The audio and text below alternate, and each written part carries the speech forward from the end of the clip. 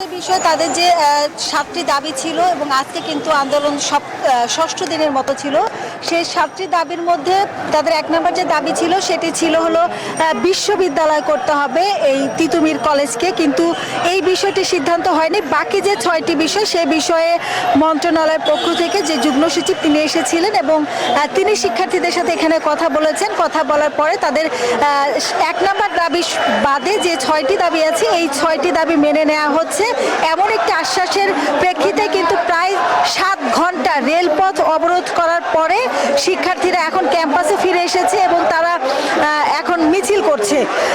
যদি বলি যে গত বুধবার বিকাল থেকে কিন্তু এই যে তিতুমীর কলেজের সামনে থেকে স্বতন্ত্র বিশ্ববিদ্যালয়ের দাবিতে আন্দোলন করছিল এবং সেদিন থেকে কিন্তু আমরণ অনশন কর্মসূচি চলছিল।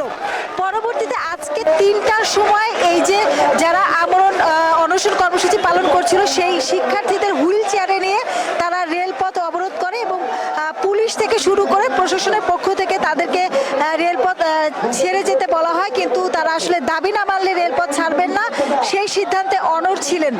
এরকম অবস্থায় আজকে সন্ধ্যার পরে এবং রাত ৯টার কিছু পরে এখানে শিক্ষা মন্ত্রণালয় থেকে শিক্ষা যুগ্ম সচিব তিনি আসেন এবং তিনি এখানকার শিক্ষার্থীদের সাথে কথা বলেন। কথা বলার সাথে শিক্ষকদের সাথেও কথা বলেন, একটি মিটিং করেন।